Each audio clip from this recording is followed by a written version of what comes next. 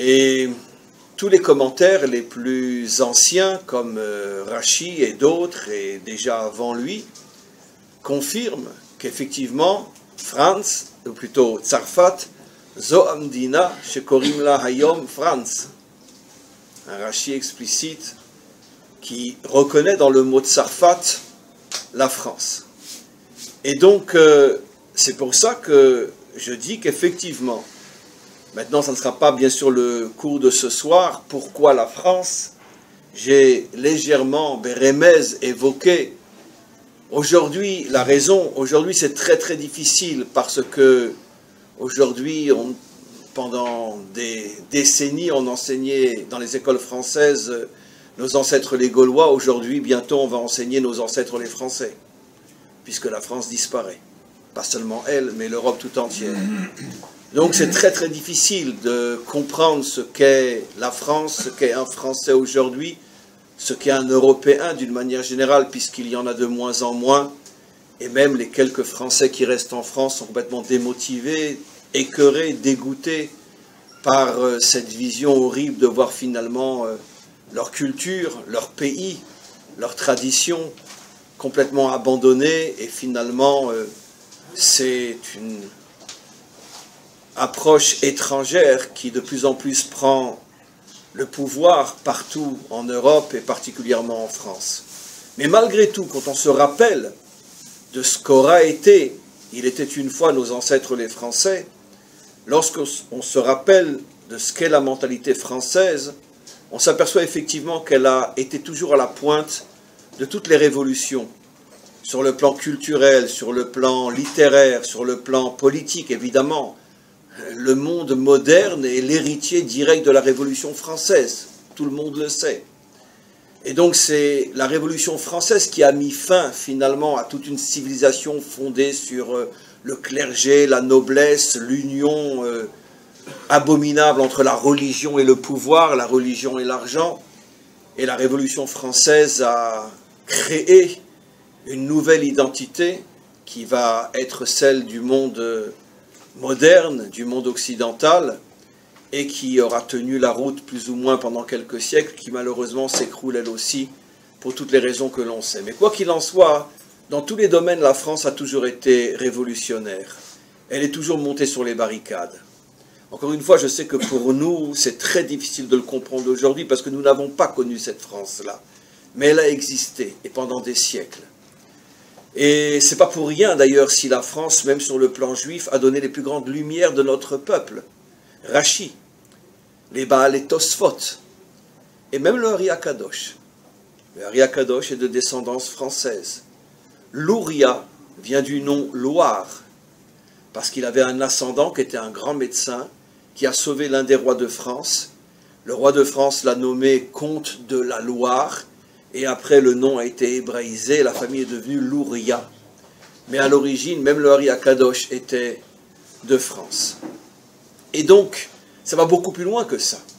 Dans le prophète Obadiah, il est dit clairement que lorsque le deuxième temple a été détruit, et que les Romains ont commencé à exiler les Juifs, les chasser de leur terre, le premier endroit où les Juifs sont arrivés, c'était en France. De qui s'agit-il? Des jeunes qui avaient été épargnés, qui avaient réussi à s'en sortir, mais qui ont été faits prisonniers. Les Romains s'étaient rendus compte que les combattants juifs étaient extrêmement forts, comme toute la tradition biblique l'enseigne, et donc ils avaient énormément de mal. On a tous vécu avec Astérix et Obélix, et on sait que les Romains avaient énormément de mal avec la Gaule, et ils ont envoyé à la tête des armées romaines des mercenaires juifs qui venaient d'Israël. Le premier endroit où les Juifs sont arrivés, c'était en France. On l'apprend du prophète Obadiah qui dit à Galut Achel Azé que l'exil de Édom a commencé en France.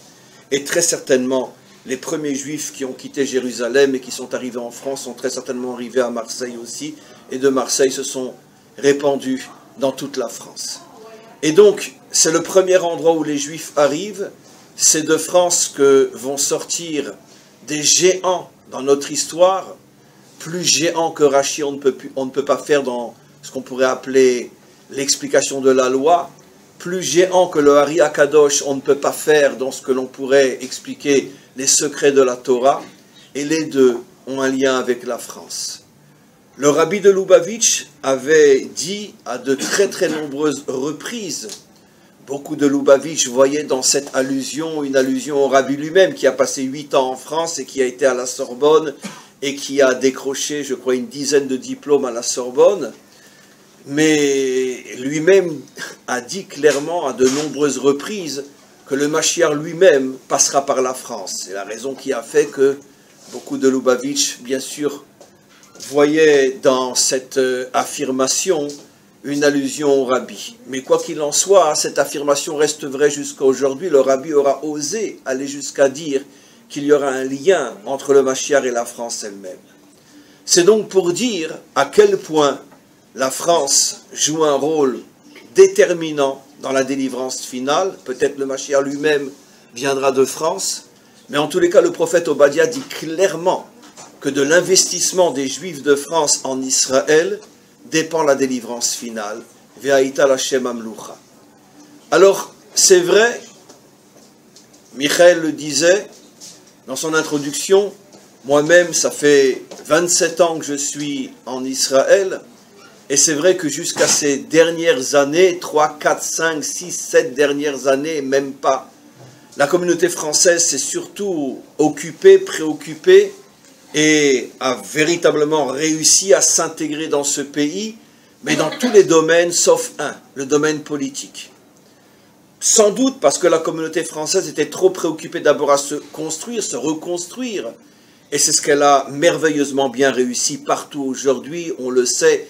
Il y a bien sûr des exceptions partout, mais la communauté française est une communauté exemplaire en Israël, sur le plan professionnel surtout, et dans tous les autres domaines aussi.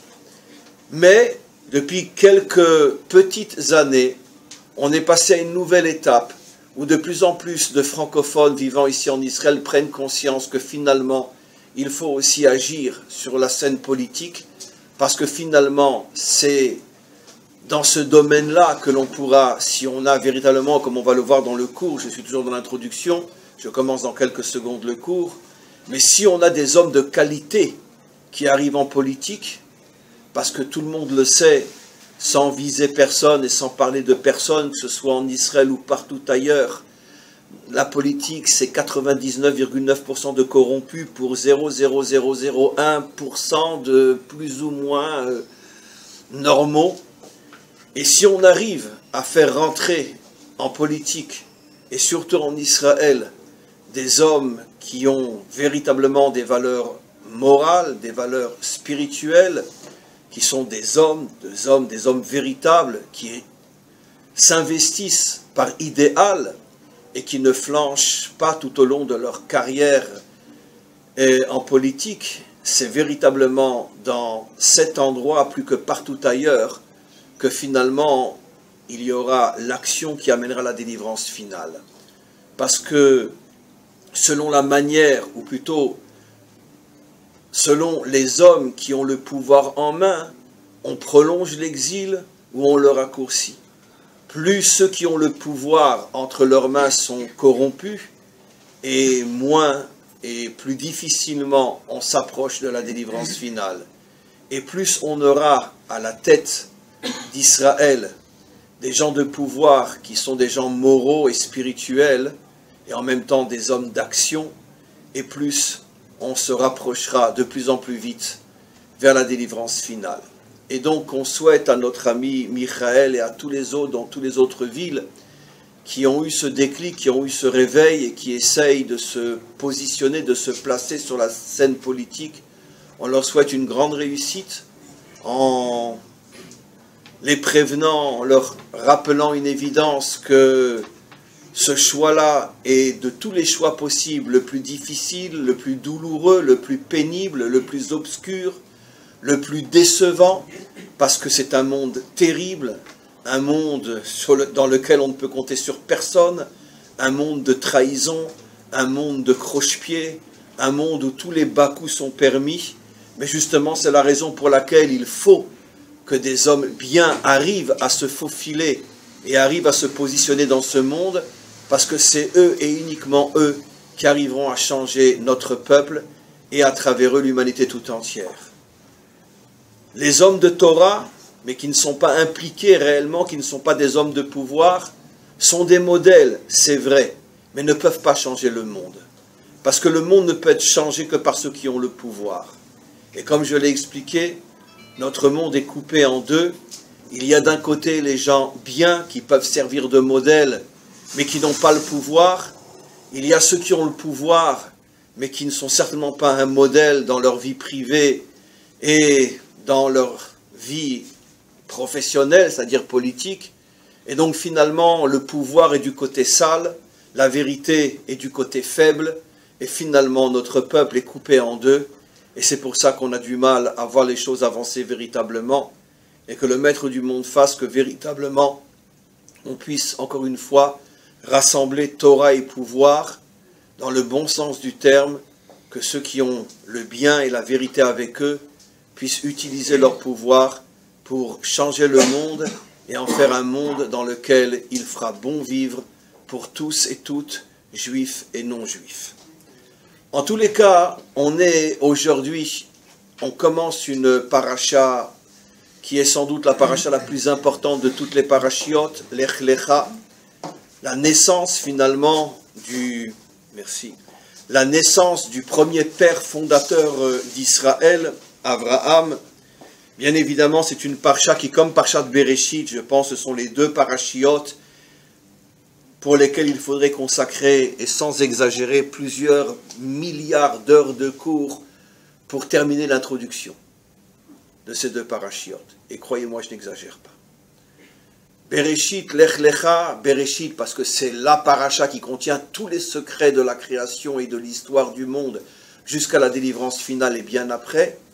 Et Lech Lecha, parce que c'est la paracha qui contient tout le pourquoi, le sens, la définition profonde de ce qu'est Israël, et tout cela bien sûr à travers le personnage d'Abraham.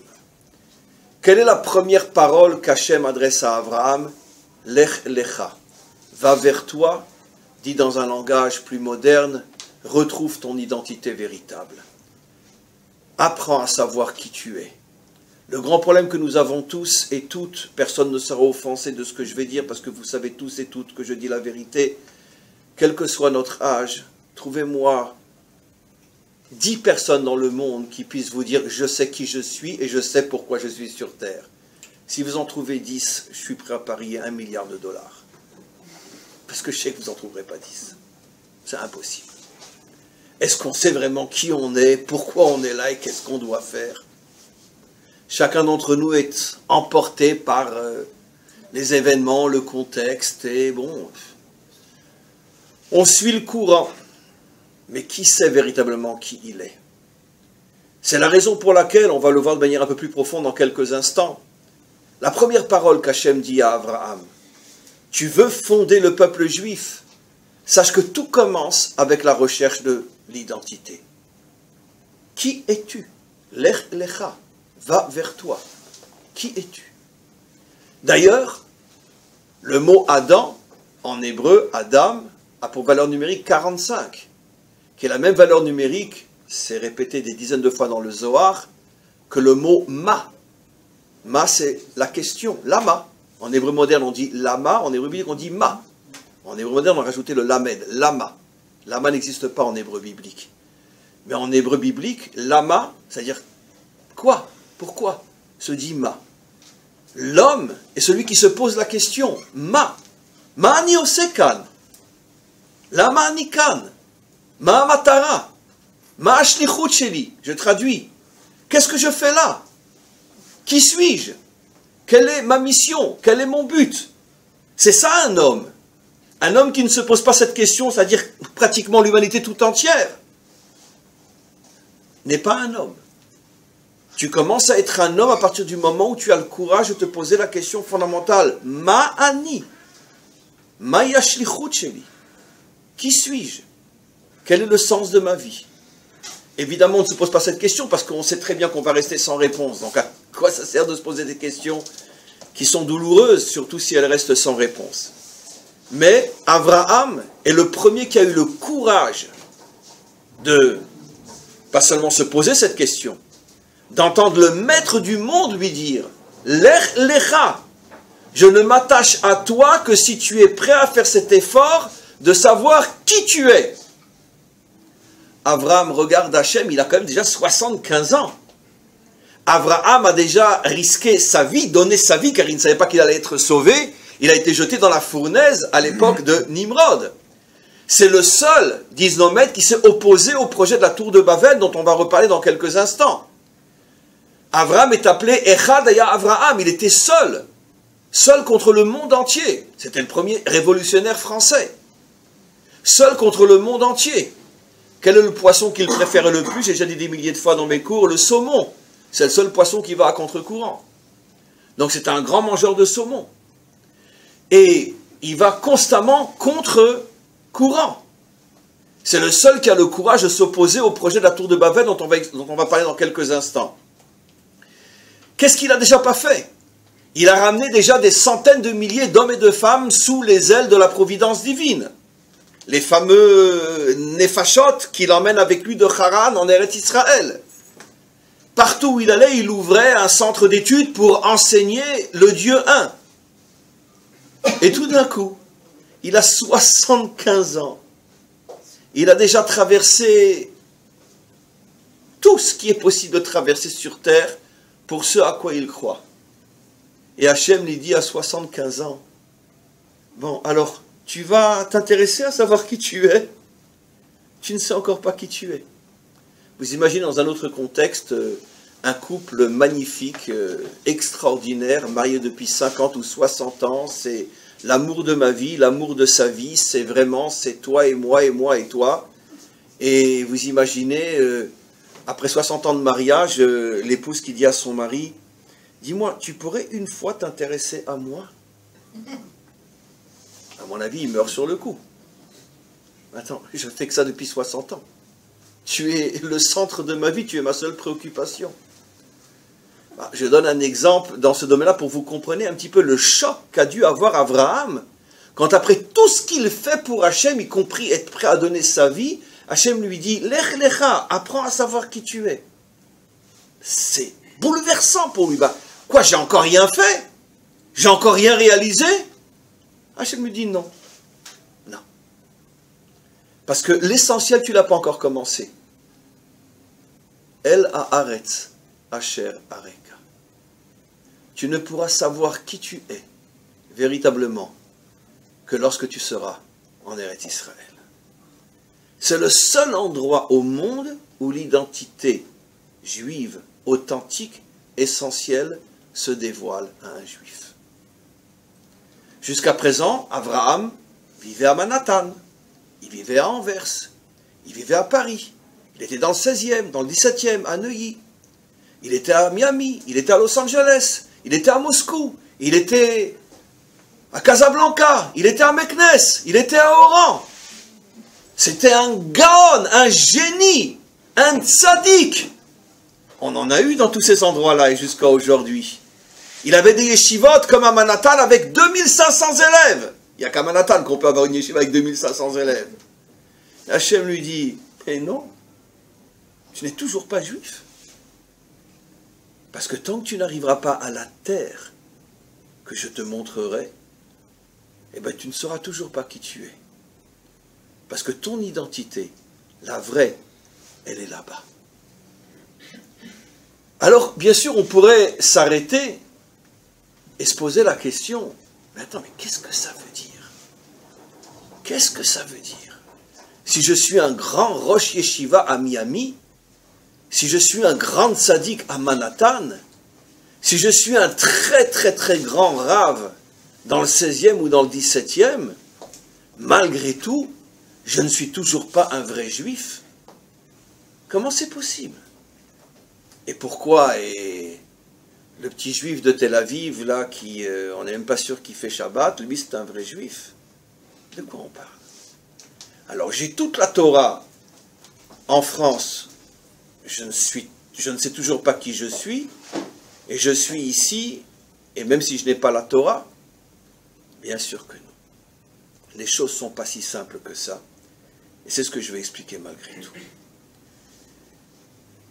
Il y a deux parachiotes, mes amis, qui précèdent la nôtre, qui précèdent Lech Lecha. Deux parachiotes qui nous apprennent quelque chose d'extraordinaire. Et ces deux parachiotes contiennent finalement toute l'histoire du monde, toute l'histoire des peuples, ainsi que toute l'histoire du peuple juif jusqu'à aujourd'hui. Tout dans le secret de ces deux parachiotes dont je vais décoder uniquement l'ombre de la goutte de l'océan. Mais ça suffira dans le cadre de ce cours. Il y a la faute de Adam Arishon. Que provoque-t-elle cette faute? Je l'ai déjà expliqué des dizaines de fois. Une séparation totale entre la vie spirituelle et la vie matérielle. On le voit, les deux enfants que mettent au monde Adam et Chava, Caïn fait le choix de la matérialité, Oved Adama, il s'intéresse à ce monde terrestre. Avel fait le choix de la spiritualité. Il devient berger, il est avec sa flûte sur une montagne, et toute la journée il chante « Il m'a dit d'aller là-haut ». Chanter sur la montagne, ou je sais pas comme ça, sur la colline, très bien. Bon, dans la chanson c'est « Elle m'a dit », mais lui disait « Il m'a dit », en parlant de Dieu bien sûr. Et donc, on sait comment ça se termine. Ils sont tellement différents l'un de l'autre que finalement, ça se termine par une grave dispute et un meurtre. Et les choses ne se réparent pas. Elles vont en empirant. Et précisément, la paracha que l'on vient de lire, Parashat Noach, nous montre à quel point les hommes de vérité, les hommes spirituels étaient complètement déconnectés, complètement désintéressés. Ils se fichaient royalement de ce monde. Ils ne s'intéressaient qu'à Dieu, à leur vie spirituelle, à leur vie morale. Ce qui est bien en soi, mais sans le moindre regard, sans le moindre intérêt porté à ce monde. Bien sûr, c'est l'histoire de Noach. Noach est appelé tzaddik. Ça n'empêche pas Noach de vivre comme un tzaddik dans la génération la plus corrompue de toutes les générations qui ont précédé, au point que Hachem lui annonce qu'il va devoir tout détruire. Mais attends, je comprends pas, mais si tu es un tellement grand tzaddik, comment est-il possible que tu vis dans la génération la plus corrompue? Tu fais rien pour ta génération? Tu fais rien? Non. Noach ne fait rien. Hachem lui dit, je vais tout détruire, fais-toi une arche. Il se fait une arche. Tu sais, je vais y mettre que toi, ta femme, tes enfants et leurs femmes. Ça veut dire qu'Hachem fait de grosses allusions au fait que, mais bouge pour ce monde. Ben non, pas de problème, je fais mon arche. Il fait son arche. Et après lui, le déluge. Très bien. Il est appelé tzaddik dans la Torah. Ça, c'est dans la Torah écrite. Vous savez comment nos maîtres l'appellent, Noach? Idiot, fils d'idiot. C'est pas de moi. Je vais vous expliquer quand. Après le déluge, il sort de l'arche et il voit le monde complètement détruit. Il se met à pleurer, il dit Hachem, mais comment t'as pu faire une chose pareille? Hachem lui dit Shatia bar Shatia. En français, imbécile, fils d'imbécile. C'est maintenant que tu ouvres ta bouche. Quand je te dis que j'allais tout détruire, tu ne pouvais pas prier pour ce monde que j'aurais sauvé si tu avais prié? Non, mais toi, c'est uniquement ta petite yeshiva, ton petit kollel, ta petite étude, ta petite fila, voilà. Maintenant, le monde s'écroule, c'est pas mon problème, ils n'ont qu'à faire tes chouvas. Hein. Tu n'es qu'un imbécile, fils d'imbécile, lui dit Hachem. Donc la Torah écrite l'appelle tzaddik, mais nos maîtres l'appellent imbécile, fils d'imbécile. C'est incroyable. Et donc, ça, c'est la spiritualité qui règne depuis la faute de Adam. La grande majorité sont des méchants qui ne s'intéressent qu'au plaisir de ce monde. Une minorité sont de très grands justes. La Torah dit oui, Noach est un très grand juste, mais qui se planque et qui tourne le dos au monde. Une spiritualité complètement désincarnée. Et bien dans l'histoire de Noach, on a autre chose aussi qui est extraordinaire. Après je vais faire le lien avec aujourd'hui, vous allez voir, c'est extraordinaire. La tour de Babel. Juste après le déluge, la tour de Babel. C'est quoi la tour de Babel? C'est le rassemblement des hommes pour créer une civilisation puissante avec des tours, des gratte-ciel, etc. Et on est tous rassemblés pour réussir sur le plan matériel. Qui est à la tête de ce projet? Nimrod. Pourquoi cette réaction de vouloir faire des tours, de rassembler tout le monde autour des tours, qui est bien sûr le symbole de la puissance matérielle, de la puissance, on pourrait dire même politique? Ce qui est très intéressant, c'est qu'on voit deux mots qui nous ramènent à la royauté. Ils disent « Naaseh lanu Shem » on va se faire un nom. Au sujet du roi David, il est dit « Vayas David Shem » que David, il a passé sa vie à vouloir faire un nom. On va voir la différence. De même, ils ont voulu faire une tour. Et comment David est appelé, ou plutôt comment son œuvre est appelée par les psaumes ou les prophètes ou les maîtres d'Israël? Migdal David. D'ailleurs, il y a à Jérusalem, Migdal David. La vie de David est comparée à une tour. Pourquoi? Parce qu'effectivement, c'est le premier vrai roi d'Israël qui a commencé à construire la puissance d'Israël. Et je ne parle pas bien sûr que de puissance spirituelle. Je parle d'une puissance en tant que nation respectée et crainte. Parce que David, chaque fois que quelqu'un osait essayer d'agresser Israël, il était réduit en poussière. Jusqu'à ce que les nations ont compris, et après est arrivé Shlomo, et pendant 40 ans, les nations n'osent même plus lever le nez contre Israël, car ils savent que c'est perdu d'avance. Mais qui a fait tout le travail? C'est David. David, toute sa vie, Vayas Shem. Il a travaillé toute sa vie pour que Israël ait enfin un nom au milieu des nations. Les Youpins, les Juifs, voilà, c'est comme ça qu'on les appelait. Parce qu'il n'y avait pas de roi, parce que les tribus étaient divisées pendant toute l'époque, ce qu'on appelle l'époque des juges, etc., pour ceux qui connaissent un petit peu notre histoire. Et donc, ce n'était pas une nation qu'on prenait au sérieux, elle était constamment attaquée, constamment attaquée. Et lisez, d'ailleurs c'est un devoir en Israël de connaître par cœur notre histoire, lisez notre histoire et vous verrez.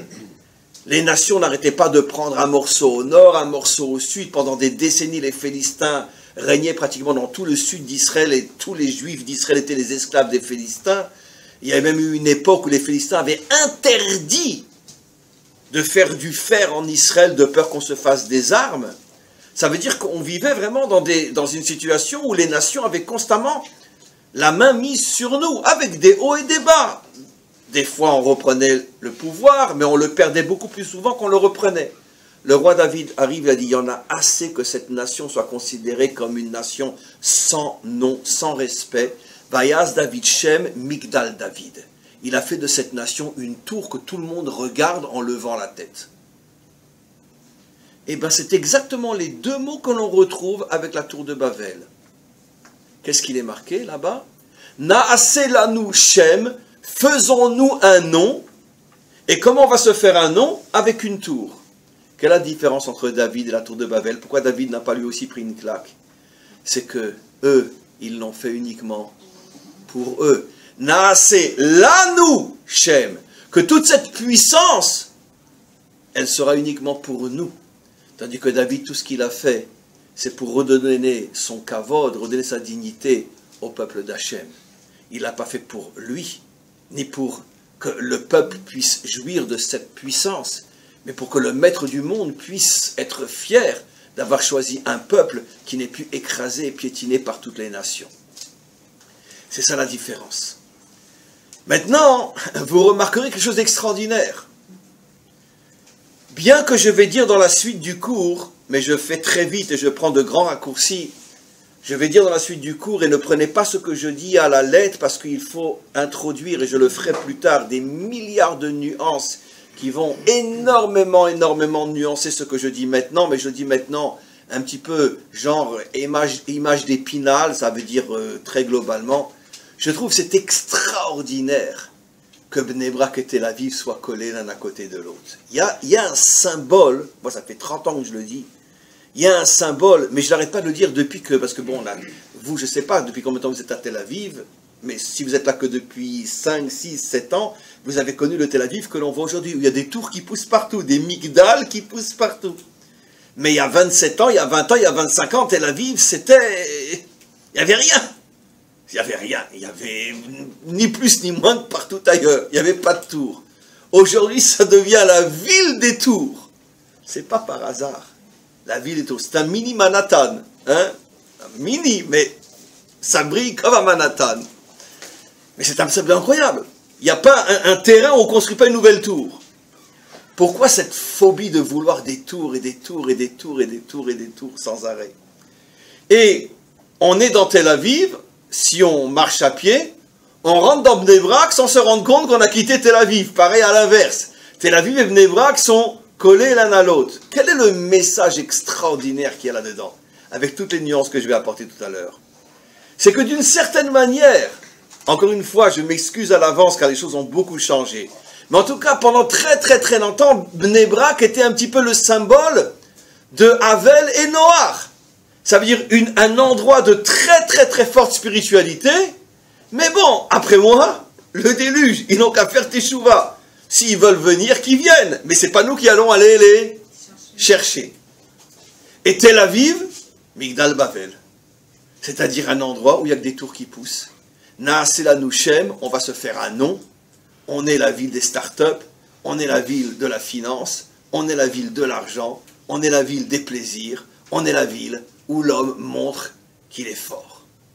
C'est incroyable que ces deux endroits se trouvent collés l'un à côté de l'autre. Et bien c'est ça, toute l'histoire du monde jusqu'à aujourd'hui. Comme je l'ai dit tout à l'heure, le monde est séparé en deux grandes catégories, les religieux d'un côté et les matérialistes de l'autre. Et c'est très difficile, finalement, de faire le lien entre les deux. Abraham vient, et Abraham est le premier qui va se poser la question fondamentale, mais jusqu'à quand? Jusqu'à quand les tzadikim vont être à Bnei Brak, et les Rechaïm vont être à Tel Aviv? Jusqu'à quand? Jusqu'à quand on aura partout dans le monde des religieux qui vivent dans des couvents, et les autres qui vivent et qui croquent ce monde et qui le dévorent comme on croque dans une pomme. Jusqu'à quand? C'est impossible d'unir, c'est impossible d'avoir à la fois quelqu'un qui soit dans ce monde et qui soit un homme moral et spirituel. C'est impossible d'avoir un homme qui est moral et spirituel et qui soit en même temps dans ce monde. C'est la question qui hante Abraham. Parce que Abraham ne supporte pas la spiritualité du type Noach, et évidemment ne supporte encore moins la matérialité du type Nimrod. Il dit, je veux ni Noach, ni Nimrod. Et ça le hante, mais il n'a pas la solution. À l'âge de 75 ans, Hachem lui dit, ben, tu sais, maintenant tu vas commencer réellement à pouvoir construire cet idéal qui réunit et Noach et Nimrod en un seul personnage, en un seul peuple, qui sera le peuple d'Israël, et surtout au moment de la délivrance, où tu vas être le premier qui va réunir le spirituel et le matériel. Et pour ça, il te faut une terre. Vous comprenez maintenant pourquoi j'ai dit tout à l'heure que jusqu'à l'âge de 75 ans, il n'avait pas commencé encore? Parce que c'était un homme sans terre, un homme sans nation, un homme sans Tel Aviv, un homme sans tour. Et donc, s'il n'a pas une nation, s'il n'a pas des banques, s'il n'a pas une armée, s'il n'a pas des start-up, alors ça reste un homme spirituel. Mais un homme spirituel, il y en avait avant lui. Il y a eu Noach, il y a eu Shem, il y a eu Ever, il y a eu Havel. Tu n'as rien apporté de nouveau. Bon, chaque juste a son style, mais qu'est-ce que tu as apporté de nouveau? C'est pour ça que Hachem lui dit à 75 ans, Lech Lecha. Tu n'as pas commencé encore. Tu n'as encore rien fait qui va dans le sens de ce que moi, le maître du monde, je veux. Réunir les deux. Je veux qu'il n'y ait plus ni Bnei Brak, ni Tel Aviv. Qu'il y ait une seule ville qu'on appellera Israël. Et qui englobe tout. Qu'à côté d'une start-up, il y a une yeshiva. Que derrière la yeshiva, il y a une banque. Qu'à côté de la banque, il y a un kollel. Et que tout soit mélangé. Et que, attention, c'est pas que dans le kollel, il n'y a qu'un kollelman, et qu'à la banque, il n'y a qu'un banquier. C'est que le banquier, dès qu'il a une heure, il va au kollel.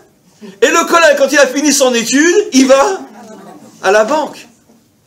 C'est pas que, parce que même si c'est encore que des kollelman et que des banquiers, on n'a encore rien gagné, même si c'est la banque à côté du kollel, c'est que le kollelman est un banquier et que le banquier est un kollelman.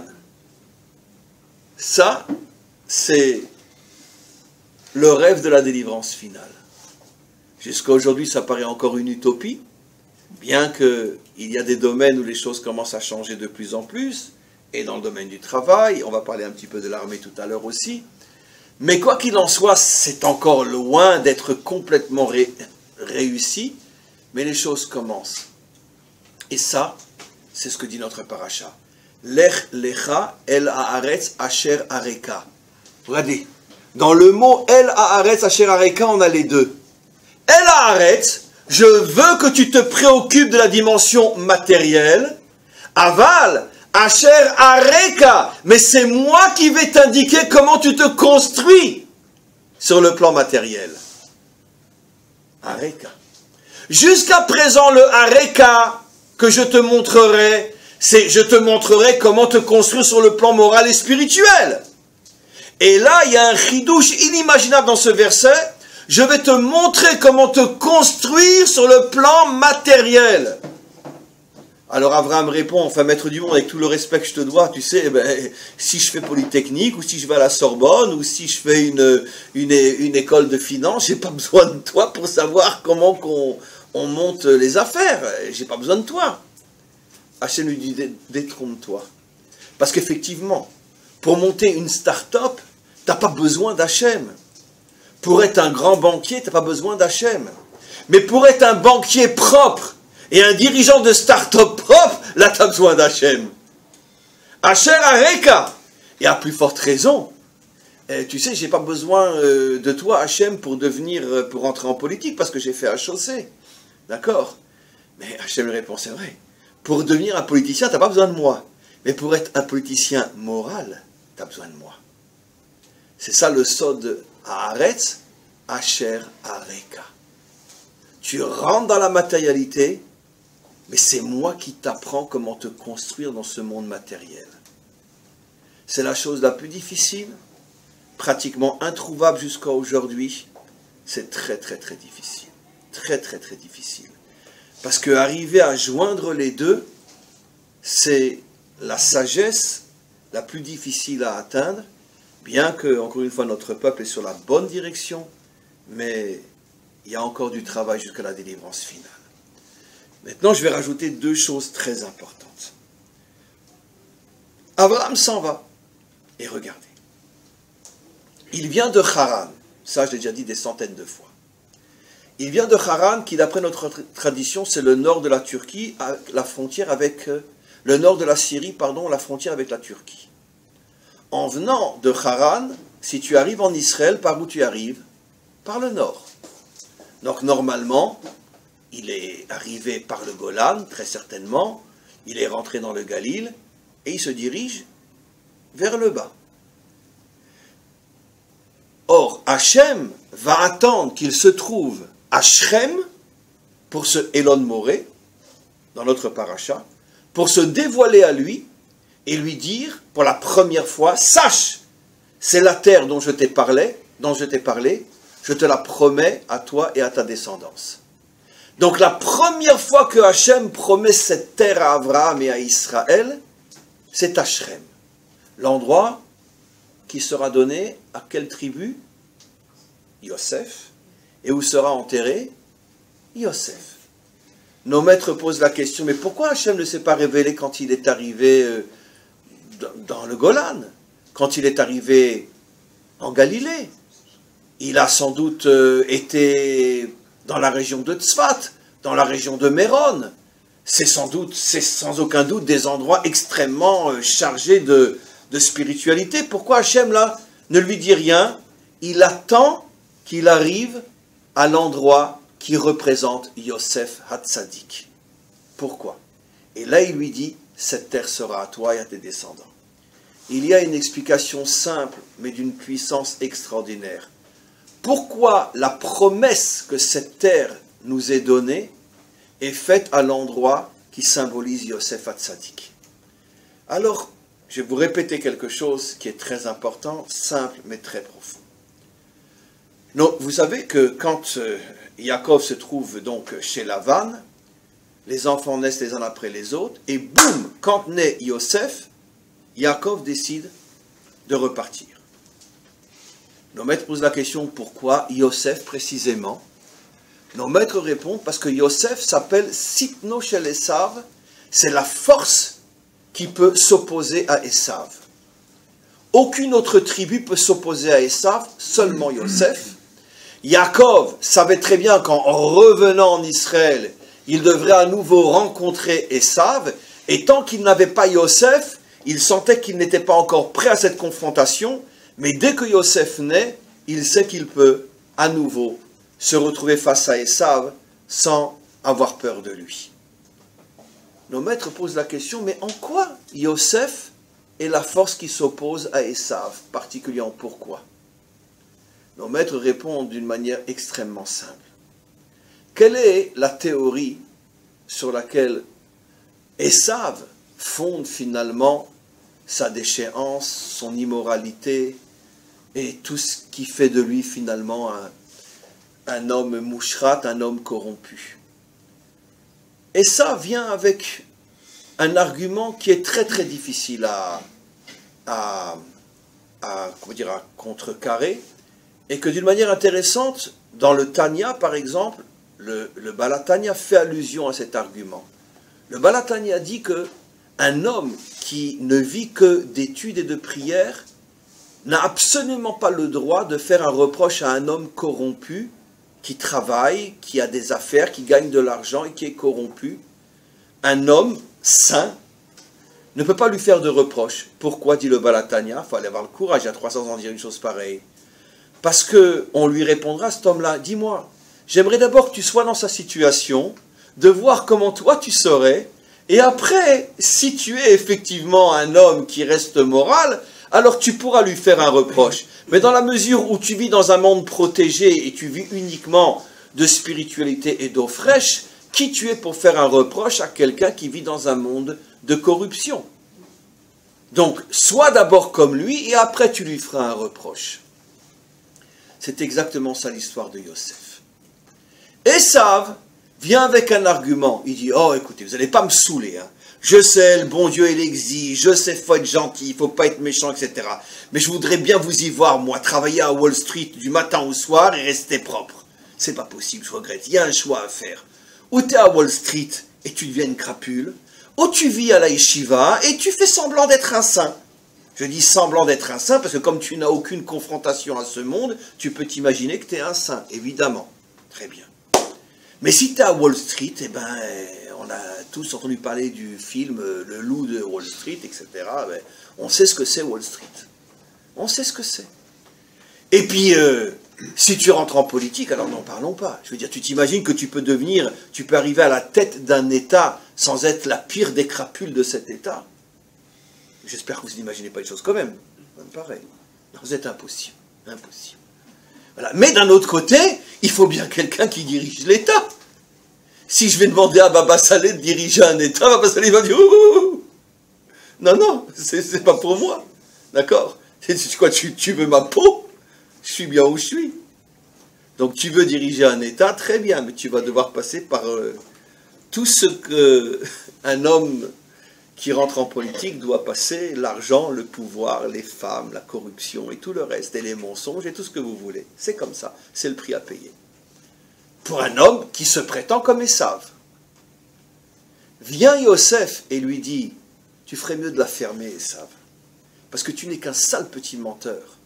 Tu veux faire croire au monde entier que si on rentre en politique ou si on gagne de l'argent, on doit devenir corrompu? Dis-moi, et moi alors? T'en connais un sur terre qui était plus beau que moi? Allez, nos maîtres nous disent qu'à chaque fois que Yosef sortait dans la rue, toutes les filles d'Égypte allaient sur leur balcon et lui sifflaient, jetaient des dollars pour dire viens chez moi. C'est pas de moi. Il rendait fous les filles. Très bien. Okay. Intelligent, même Pharaon a dit qu'il n'y a pas dans tout le pays un homme aussi intelligent que lui. Donc, beau à faire craquer toutes les filles. intelligent à faire craquer tous les chachamim de Pharaon. Il devient le second de l'Égypte. Il a le pouvoir, il a l'argent, il a tout. Et il reste Yosef ha-tzadik. Yosef dit à Esav, allez, arrête ton cinéma. Ça fait des millénaires que tu fais croire à tout le monde que si on est un homme d'argent, un homme d'action, un homme de pouvoir, on est forcément un homme corrompu. Et moi, t'en connais un qui a eu autant d'épreuves que moi? T'en connais un qui a été autant couru, autant désiré par les filles que moi? T'en connais un qui a été à la tête d'un État autant corrompu que moi? Nos maîtres appellent l'Égypte Eretz Zima, c'est-à-dire le summum de la corruption. Vous imaginez l'Égypte de Pharaon? Je veux dire, tu prends tous les pays d'aujourd'hui et toute leur corruption, c'est même pas l'ombre de ce que pouvait être le pouvoir politique et le pouvoir économique des pharaons. Et moi, c'est moi qui dirigeais ça. Et je suis le seul de toutes les tribus d'Israël qu'on appelle Yosef ha-tzadik. Ça veut dire que toute ta théorie comme quoi, si on rentre dans ce monde, on tombe, c'est uniquement un prétexte que les gens se donnent pour justifier leur bassesse. Mais moi, au contraire, je suis le tzaddik, pas parce que j'ai passé ma vie à la yeshiva, parce que j'ai passé ma vie à la tête d'un État corrompu, sans faire la moindre faute, ni avec l'argent, ni avec le pouvoir, ni avec rien. Et moi, on peut m'appeler le tzaddik. C'est à cet endroit-là qu'Hachem promet la terre d'Israël à Abraham, comme pour lui dire, Abraham, ta mission est de créer un peuple qui rentre en politique, qui fait de l'argent, qui a le pouvoir, qui vit dans ce monde et qui malgré tout reste un tzaddik comme Yosef. C'est ça la mission d'Israël. C'est ça le fameux Lech Lecha. Et bien effectivement, jusqu'à 75 ans, Abraham ne savait pas ça. Parce que Abraham, avant le Lech Lecha, si tu lui avais dit, tu veux rentrer en politique, qu'est-ce qu'il t'aurait dit Abraham? Mais ça va pas, c'est un monde complètement corrompu. Plus encore, si on avait dit à Abraham, avant 75 ans, dis-moi, tu veux ramener les femmes à la Torah? Il aurait dit, non, non, non, moi je parle pas à une femme, moi, je me cache le visage, j'ai Sarah pour le faire. De sa vie, il n'avait jamais parlé à une femme. La preuve, c'est que sa propre femme, il ne l'avait encore jamais regardée jusqu'à la descente en Égypte. Il lui dit, oh, maintenant je sais que tu es une belle femme. Alors, vous imaginez Sarah, c'était une dure à cuire, on la connaît Sarah. Elle lui dit, dis-moi, t'as un sacré culot mon gars. Hein. Quoi, maintenant tu me dis que je suis une belle femme? Mais attends, et ça fait quand même au moins 50 ans qu'on est mariés. Hein. Il a 75 ans, il a dû se marier vers 14, 15, 16 ans. À cette époque-là. Ça fait quand même 60 ans qu'on est mariés, c'est maintenant que tu me dis, je suis belle femme. Sarah, je t'ai jamais regardé. Abraham, c'était Baba Salé multiplié par 1 milliard. Vous connaissez l'histoire avec Baba Salé, qu'un jour, son fils Baba Meir revenait de Roule. Baba Salé était fou amoureux de ses enfants, mais particulièrement de Baba Meir. Et il a quitté Netivot pour aller l'accueillir à Ben Gurion. Une histoire authentique. Et alors, bien sûr, il part recouvert de 150 voiles pour être sûr que même l'ombre d'une femme, il ne pourra pas voir. C'est Baba Salé. Et que Dieu ne plaise, il n'y a aucune critique, que Dieu ne plaise. C'est Baba Salé. Il arrive à l'aéroport, son fils arrive, il s'embrasse, etc. Il n'a rien vu, il rentre. Pendant plusieurs semaines, il ne donne pas cours. Il refuse de recevoir qui que ce soit. Vous allez tomber par terre. Et puis au bout de 3-4 semaines, il ressort et il redonne son premier cours, son première entrevue. Un de ses amis lui dit, « Rabbi, pourquoi vous avez disparu pendant plusieurs semaines ?» Il répond, « J'avais tout prévu sauf une chose. C'est que dans les haut-parleurs de l'aéroport, c'est des voix de femmes. Alors l'avion en partance de Paris va partir dans quelques minutes. Ah, c'est des belles voix de femmes. Très bien. Et lui, il avait oublié de se boucher les oreilles. Ça l'a fait tomber spirituellement pendant plusieurs semaines. Il a dû travailler jusqu'à ce qu'il retrouve le niveau qu'il avait avant. C'est une histoire folle. Il a eu le courage de le dire. Ça, c'était Abraham avant Lech Lecha. Sa propre femme, il ne l'avait jamais regardée.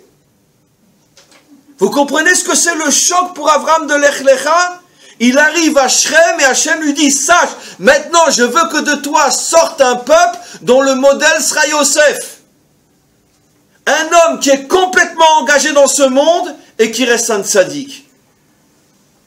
Mais alors vraiment, je comprends pourquoi tu m'as dit Lech Lecha, j'aurais pensé à tout, sauf à ça. C'est ça ce que je veux. Ça, c'est le juif de la délivrance finale.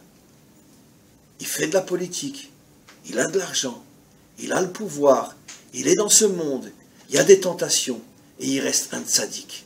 Ça, c'est le juif qui amènera la délivrance finale.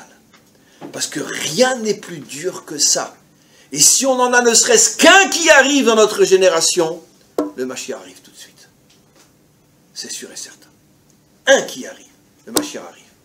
La délivrance dépend de celui qui arrivera à rentrer dans toutes les obscurités de ce monde et à rester injuste. La délivrance ne viendra pas par le mérite de ceux qui sont toute la journée enfermés dans leur maison d'études, même s'ils ont un rôle très important pour notre peuple, car c'est eux qui, par la lumière de leur Torah, nous protègent. Mais la protection est une chose, la délivrance en est une autre. Pour être protégé et avoir eu la possibilité de traverser l'histoire, alors que tous les empires et toutes les civilisations et tous les peuples ont disparu, on le doit grâce à tous les Baba Salé de l'histoire, toutes les yeshivot et tous les kollels qui, grâce à leur Torah, ont créé autour de nous une muraille qui nous a protégés de la disparition, qui a emporté toutes les civilisations depuis que nous existons. Mais la protection est une chose, la délivrance en est une autre. Si eux nous protègent, ce n'est pas eux qui nous délivreront. Nous serons délivrés par le mérite d'un banquier ou d'un politicien qui, dès qu'il aura une heure, il partira à la yeshiva pour étudier, et à chaque fois qu'il aura une épreuve, il tiendra fort comme Yosef Hatzadik.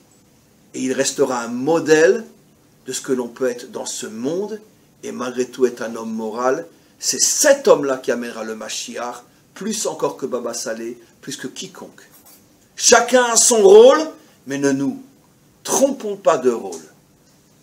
C'est pour ça que notre génération, justement, qui est une génération où il y a tellement de gens qui reviennent à la Torah, mais qui en même temps sont impliqués dans ce monde, c'est cette génération qui amènera la délivrance finale.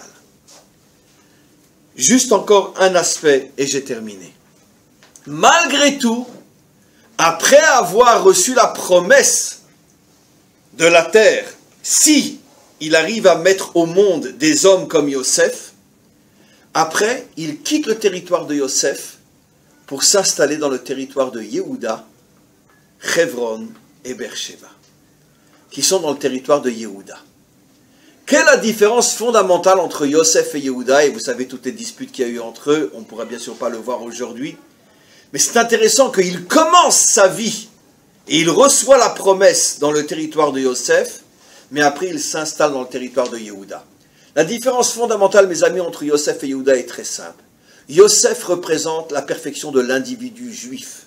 Yehuda représente la construction de la nation d'Israël. Le tzaddik, ça ne peut être que des individus. Croyez-moi, et il n'y a pas d'illusion à se faire, même quand le Mashiach viendra, ce n'est pas tous les banquiers qui seront moraux. Mais par contre, il y aura beaucoup de banquiers qui seront comme Yosef. Et ça suffira pour amener le Mashiach. Même après que le Mashiach vienne, ce n'est pas tous les politiques qui seront moraux. Mais il y aura beaucoup de politiques qui seront comme Yosef Hatzadik. Mais ça restera tzaddik, ça ne peut pas être tout le monde. Ce ne sont, bon, après Triat HaMetim, c'est autre chose, ça je ne sais pas, mais je parle de l'Imot HaMashiach. L'Imot HaMashiach, c'est vous et moi, on continue à boire de l'arak, de la boukha, on continue à fumer, c'est Imot HaMashiach. C'est un monde très très réel, sauf qu'un monde où l'humanité va se reconstruire. Donc il y aura toujours des tordus, c'est sûr, mais il y aura de plus en plus d'individus qui seront des gens extraordinaires et par leur mérite, le Mashiach pourra faire son travail. Donc le tzaddik, c'est surtout une affaire individuelle, même si ça peut toucher des milliers. Yehuda, lui, son truc, c'est pas le tzaddik, c'est la nation. Meler. Yehuda, c'est la malchoute, c'est la royauté. Lui, son travail, c'est de construire la nation. Et c'est la raison pour laquelle, après avoir reçu la promesse dans le territoire de Yosef, Abraham s'en va et il va chez Yehuda. D'ailleurs, il fait allusion au fait que la délivrance se fera d'abord avec Mashiach ben Yosef et après Mashiach ben David. Dans son Ta'alir, on a toute l'histoire d'Israël. Et donc il s'installe après dans le territoire de Yehuda, à Hebron, à Beersheba. Rashi fait allusion au fait qu'il passe aussi par Jérusalem, qui est aussi dans le territoire de Yehuda, pour nous faire comprendre que c'est très très important qu'il y ait des tzadikim parmi nous, mais le plus important de tout, c'est de construire la nation d'Israël. Et la nation d'Israël se construit, encore une fois, avec une terre, avec des institutions gouvernementales, avec une société qui est fondée sur des principes qui permettent à chacun de trouver leur place, avec une armée et avec tout ce qui fait qu'une nation puisse exister. Et ça, c'est la dimension Yehuda. Et Abraham a compris depuis l'Ech Lecha qu'il fallait sortir de sa bulle spirituelle et il fallait aller jusqu'à construire une nation avec tout ce que cela implique, avec des tours, avec des buildings, avec des gratte-ciel, avec des start-up, avec des banques, avec des sociétés, avec des entreprises, avec tout ce qui permet de construire une nation. Et c'est pour ça qu'il termine sa vie dans le territoire de Yehuda pour nous transmettre le message qu'une spiritualité qui ne se soucie pas, soucie pas de construire la nation, c'est pas ça la vocation du peuple juif. Je disais tout à l'heure, et je voudrais terminer sur ce point très très important, il se passe un phénomène nouveau dans ce pays, c'est pour ça que j'ai eu beaucoup de mal à parler de Bnei Brak et Tel Aviv, parce que la vérité c'est que les choses changent, mais pour l'instant, malheureusement encore trop en secret. Israël, les Israéliens ne savent pas encore ce qui se passe suffisamment, je vais vous le dire, et il y a un changement radical qui prouve qu'on avance véritablement à grands pas vers la délivrance finale. Vous savez, en ce moment on parle du Chok HaGiyus. Chok HaGiyus, est-ce que oui ou non les Haridim vont faire l'armée ou non? Alors sachez, messieurs et mesdames, je vais le dire de manière un petit peu française, ne m'en voulez pas, c'est l'une des plus grandes foutaises politiques, l'une des plus grandes fumisteries politiques de ces dernières années. Pourquoi je dis que c'est une foutaise totale? Parce que ça fait déjà 4, 5, 6, 10 ans que des centaines, des milliers de Haridim vont à l'armée. Et tous, pratiquement tous, sont dans des unités qui sont Kravi. J'explique. Kravi combattante. Aujourd'hui, on a Netzar Yehuda, Haridi, qui sont l'armée, comme le Nahal, pour ceux qui connaissent, comme le Nahal, c'est-à-dire ce sont les soldats, les combattants. Il y a une unité donc dans l'armée d'Israël, Netzar Yehuda, Haridi. Mais depuis quelques années, depuis 4-5 ans, c'est tout récent ce que je dis, on a des unités Givati, Haridi, on a des parachutistes, Haridi, à Beth Lid, l'unité parachutiste la plus importante parmi les parachutistes sont des Haridim. Ils sont plus de 80. Ils s'appellent Chetz. Chetz signifie Haridi Tzanchanim. Chetz veut dire la lance, la flèche. Ils ont fait un jeu de mots. Ils sont plus de 80. On a d'ailleurs été les visiter une fois, Michael et moi. Sauf que, bon, ils n'étaient pas tous là à ce moment-là, parce que la plupart étaient en mission. Mais on en a vu une dizaine, une quinzaine sur les 80. C'est d'ailleurs eux qui nous ont dit qu'ils étaient 80, qu'ils étaient l'unité la plus importante de parachutistes de Beth Lid. Et d'ici quelques mois, on aura des Golani Haridi, et on est en train de parler de Shayetet, Shloshesre, et un jour on aura Sayeret Matkal aussi. Et on aura le Maglan, on aura tout. Et ça, et c'est quelque chose qui, moi, je le dis franchement, me brise complètement. Comment se fait-il que les Israéliens ne le savent pas et qui continuent à croire que les Haridim ne vont pas à l'armée? C'est aujourd'hui des centaines, des milliers qui sont à l'armée. Si je prends toutes les unités qui existent, il y a des camps militaires, Haridi, qui sont en face de Haza. À Marsom Erez, par exemple, Ça veut dire que de là où tu es, tu peux dire bonjour au Gazati. Voilà. Ce sont que des Haridim. Il y a un changement inimaginable. J'ai beaucoup de mal à savoir pourquoi les choses sont tellement cachées, pourquoi les politiciens sont à ce point infâmes, menteurs, d'oser continuer à faire croire au grand public que les Haridim sont toujours à la yeshiva. Il y a sans doute des calculs politiques derrière tout ça qui me dépassent. Mais sachez que dans la réalité, les choses sont en train de changer à une rapidité telle que je vais vous dire, proportionnellement parlant, je parle proportionnellement, il y a plus de Haridi Kravi que de Chiloni Kravi aujourd'hui. Oui. Vous savez que pratiquement plus de 90% des Chilonim ne vont pas chez le Kravi. Que quelqu'un me contredise. D'abord, je ne parle même pas de ceux qui ne vont pas faire l'armée. Je parle de ceux qui s'engagent. Le Kravi Chiloni, c'est aujourd'hui, je crois, si je ne me trompe pas, 10, 15, 14%.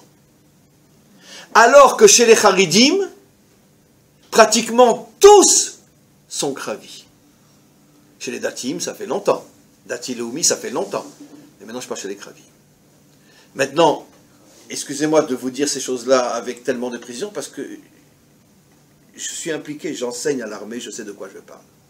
J'enseigne toutes les semaines à l'armée, je sais de quoi je parle. Et donc, c'est absolument inimaginable. Chaque jeune Haridi qui s'engage, Kravi. Et aujourd'hui, c'est même plus Netzar Yehuda qui est Stam l'armée. C'est Givati, Golani et Tzanchanim. Donc, les endroits les plus durs, les plus dangereux, Givati. C'est les premiers qui rentrent à Asa s'il y a un conflit. D'accord. Et donc, voilà la situation aujourd'hui. Donc, effectivement, il y a un changement inimaginable que l'on voit aujourd'hui en Israël. Malheureusement, la population ne le sait pas encore, parce qu'il y a un jeu politique odieux qui fait que, il y a des intérêts qui font qu'on fait croire que, je ne sais pas. J'ai entendu aussi, et je pense que c'est vrai, qu'il y a eu une sorte d'accord entre l'armée et les rabbanim charidim de ne pas trop ébruiter les choses, de manière à ce que ça ne devienne pas après un tsunami que toutes les yeshivot vont se vider. Et je crois en cette thèse, à mon avis, elle est juste. Parce que si ça se sait trop, alors demain, il n'y a plus de Bnei Brak. Toutes les yeshivot vont se vider, ou presque. Parce que c'est incroyable. Et quand je parle de Haridim, je parle de vrais Haridim. Ça veut dire, c'est pas de jeunes qui ont tout lâché, etc. Je parle de vrais. Avec une grosse kippa sur la tête, avec une barbe, avec des péotes et tout. À chaque fois que j'en vois un nouveau, je suis surpris. Je dis, mais d'où tu viens? D'où tu viens? Parce qu'il n'a vraiment pas la tête d'un soldat. Il n'a pas la tête d'un Givati. J'enseigne surtout chez le Givati. Il a pas la tête d'un Givati. Un Givati, on les connaît. C'est des durs, c'est des costauds, c'est des musclés, c'est des... Et puis on voit tout d'un coup arriver un petit jeune de Bnei Brak avec ses péotes derrière l'oreille, comme ça, avec sa petite barbe. Je dis, mais qu'est-ce que tu fais là? Ah ben moi je veux me battre. Hein, moi, qu'est-ce que tu fais là? Maintenant je sais que ça vous paraît Alice au pays des merveilles. Mais c'est la vérité. Vous voulez que je vous dise plus que ça encore? Plus encore. Dans 10 ans, la majorité des jeunes Haridim seront à l'armée. Dans 10 ans seulement. Il y a une révolution inimaginable qui se passe dans ce pays, quelque chose d'absolument incroyable, où finalement, le fameux Lech Lecha d'Avraham est en train de se réaliser, que finalement le peuple juif comprend qu'il est absolument impossible d'avoir d'un côté une spiritualité du type Noach et un Tel Aviv du type Nimrod. Il faut en vérité unir les deux. Et c'est ce qu'on voit de plus en plus, grâce à Dieu, à Tel Aviv, de plus en plus de Baal Tshuva. Quand on est arrivé ici il y a plus de 20 ans, le premier qui trouve un restaurant kasher à Tel Aviv, il a gagné le gros lot.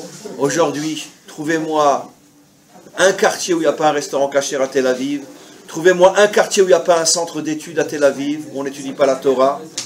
Les synagogues sont pleines à Tel Aviv aujourd'hui, alors qu'il y a 20 ans, Tel Aviv, c'était plus désertique que le désert. Donc tout change. Les religieux changent, les chilonim changent. On est en train de reconstruire le peuple juif.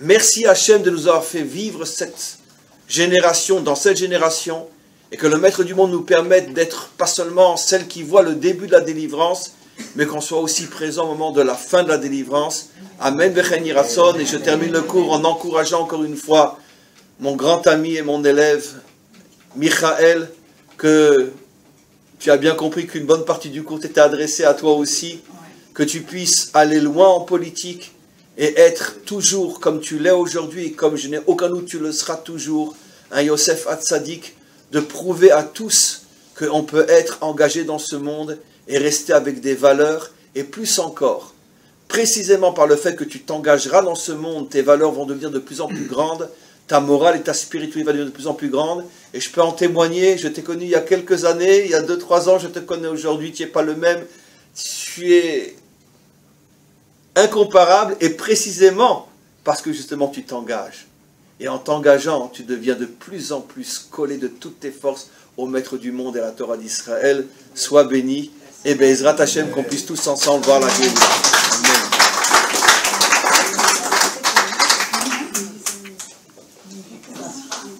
Mais je rebondis et j'ai oublié l'essentiel. Tout ce que j'ai dit sur Michael est vrai. Mais comme un jour Rabbi Akiva a dit à ses élèves, en parlant de sa femme, Sheli veshelachem shelahi. C'est-à-dire que quand Rabbi Akiva est devenu un grand maître avec ses 24 000 élèves, et pendant 24 ans, il n'a pas vu sa femme, quand après il l'a revue, et que personne ne la connaissait, elle s'est approchée de lui, et puis les élèves ne la connaissaient pas. Une femme qui s'approche du Gadol Hador, ils ont essayé de la repousser. Il a dit, mais vous êtes fous. Il leur a dit, Sheli veshelachem, moi et vous, c'est elle. Il n'a même pas dit par son mérite, il a dit c'est elle, on lui doit tout. Car sans elle, je ne serais pas Rabbi Akiva, vous ne seriez pas mes élèves. En ce qui concerne Michael, on sait aussi pas mal de choses sur son épouse, Baruch Hashem. Et Be'ezrat Hashem, que vous continuiez à être sa source d'inspiration, comme vous l'êtes depuis le début, et qu'ensemble, vous soyez un modèle pour tout Israël. Amen. Merci.